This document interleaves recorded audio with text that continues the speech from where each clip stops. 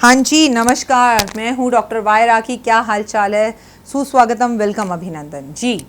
मैं बिल्कुल ठीक हूँ अपने परिवार के साथ और उम्मीद करती हूँ कि आप भी अपने परिवार के साथ बिल्कुल ठीक होंगे। आप लोगों की बहुत याद आती है, इसलिए हर रोज़ एक वीडियो डाल देती हूँ। Thank you so much. इस लॉकडाउन के टाइम पर भी आप लोग इतने अच्छे से रिस्पॉन्स कर रहे हैं। मेरी वीडियोस मुझे भेजते हैं आप कि राखी जी आपने इस वीडियो में कहा था ऐसा तो ऐसा हो गया, इस वीडियो में आपने कहा था ऐसा तो ऐसा हो गया। तो मुझे बहुत अच्छा लगता है और मेरा कॉन्फिडेंस बढ़ता है। इतना प्यार आप लोगों से मिल रहा है, इसके लिए तहे दिल से मैं नतमस्तक होती हूँ आपके सामने। आपका तहे दिल से शुक्रिया करती हूँ और ईश्वर से कामना करती हूँ कि मेरा ये परिवार सदैव खुश, स्वस्थ और खुश रहे। जी हाँ, आज हम बात करेंगे आपके घर की चद्दरों की।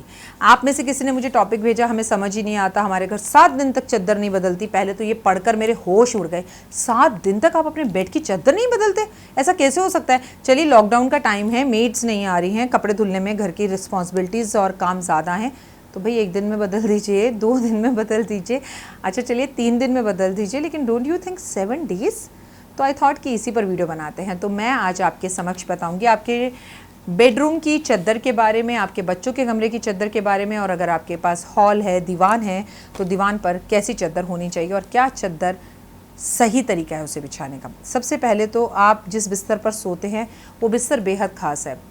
आपको आ रहे सपने, आपकी नींद, आपकी मैरिड लाइफ उस चद्दर से बहुत हद तक मैच खाती है।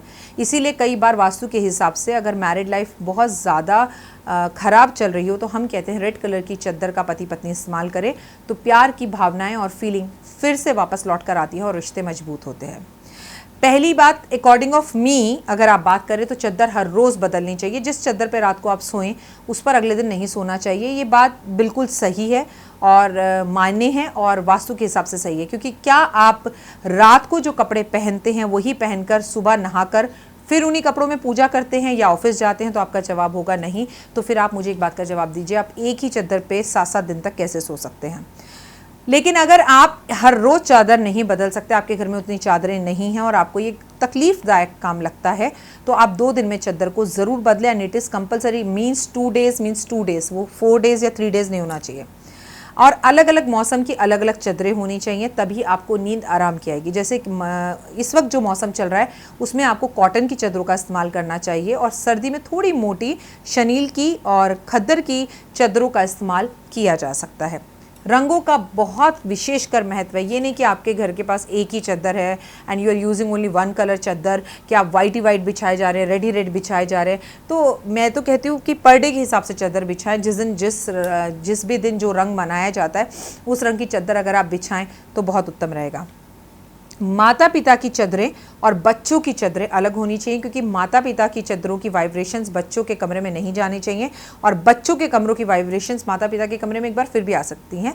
देखिए, बच्चे हैं पढ़ने वाले, तो उनके कमरे में येलो कलर की और आसमानी नीले रंग की और पिंक कलर की और ब्लू कलर की चद्दरें अगर आप बिछाएं तो बहुत अच्छा होगा। और बाकी किसी भी कलर की चद्दर बिछाइए, उससे कोई प्रॉब्लम नहीं। लेकिन मम्मी पापा की चद्दरें बच्चों के कमरे में कतई ना बिछाएं और बच्चों के कमरे में मम्मी पापा की चद्दरें कभी ना बिछाएं।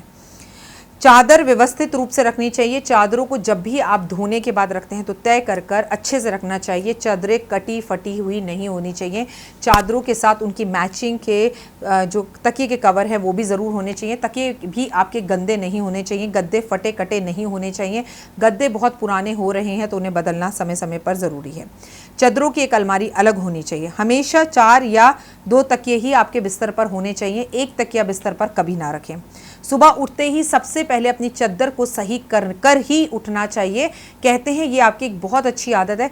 जो इंसान बिस्तर से उठते ही अपने बिस्तर की चद्दर को सही करता है, तय करता है ओढ़ने वाली दोहड़ को, चद्दर को, उसके जीवन में भी सलवटें नहीं रहती और उसका जीवन स्मूथली चलता है। चादरों के बीच में कभी भी पिंजरे नहीं होने चाहिए कि पिंजरों के अंदर कोई पक्षी बंधा हुआ है। बहुत ज़्यादा आकृतियाँ देखा होगा आपने कि राजस्थान की जो होती हैं उसमें डांस करते हुए, नाचते हुए, झूमते हुए, मज़े वाली ऐसी चद्दरें हो तो बढ़िया है। बहुत ज़्यादा काले रंग की या नीले रंग की चद्दरें नहीं होनी चाहिए। चद्दरों पर प्रिंट होने चाहिए, but it should be a very beautiful. पहाड़ हो, पेड़ हो या प्लेन हो वो चलेगा, लेकिन कभी भी कोई जेल में कैदी है या कोई पंछी पिंजरे में है, ऐसी चद्दरें आप अपने कमरों में ना बिछाएं। और याद रखिए किसी को भी अपने कमरे की घर की चादरें नहीं देनी चाहिए और चादरों को रात्रि में घर के बाहर नहीं सुखाना चाहिए। कोशिश करनी चाहिए कि अपने घर की चादरें आप स्वयं खरीदें। अगर आपको कोई चादर गिफ्ट भी कर रहा है तो उसे यूं ही लेकर अपने बेडरूम में ना बिछाएं, क्योंकि ये आपके तलाक का भी एक कारण बन सकता है। आपको जब भी कोई चादर गिफ्ट में देता है तो पहले उस चादर को धो लीजिए और धोते वक्त उसमें थोड़ा सा पानी में हल्दी मिला लीजिए, जो कलर आपकी चादर पर बिल्कुल नहीं आएगा। लेकिन किसी भी तरह की नेगेटिविटी अगर किसी ने आपको चादर पर कर दी है तो आप उससे बच जाएंगे। जी हाँ, चादरें भी ऐसे दी जा सकती हैं कि अच्छे से अच्छे शादीशुदा कपल का तलाक हो सकता है।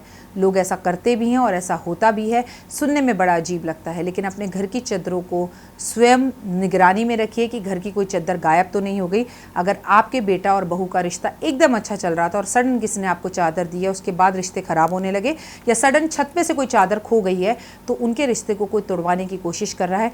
ये वहम या किसी भी तरह का अंधविश्वास नहीं है, ऐसा लोग करते हैं। भले ही आप ऐसा नहीं मानते क्योंकि आप ऐसे नहीं हैं, क्योंकि सावन के अंधे को हरा ही हरा दिखता है। पर समाज आज अपने दुख से दुखी नहीं है। लोग इसलिए दुखी नहीं है कि उनके पास देसी घी खाने को नहीं है, या वो डालडा में खाना खा रहे हैं, या वो रिफाइंड में खाना खा रहे हैं। लोग इसलिए ज़्यादा परेशान है कि आपके घर में 5 किलो घी क्यों आ गया। अब मम्मी का घर है तो बेल तो बजेगी ना, क्योंकि ये शूटिंग घर में हो रही है, तो आई होप इतना आप समझ सकते हैं। मैं हमेशा आपके साथ हूँ और आप लोगों से बहुत प्यार करती हूँ, और आप लोगों को मेरा विशेषकर नमस्ते। और ध्यान रखिएगा अपना, और आज ही अपने घर की चादरों पर नज़र ज़रूर डालेगा। फिलहाल मुझे दीजिए इजाज़त। अपना और अपनों का रखिए खास ध्यान। जय माता दी।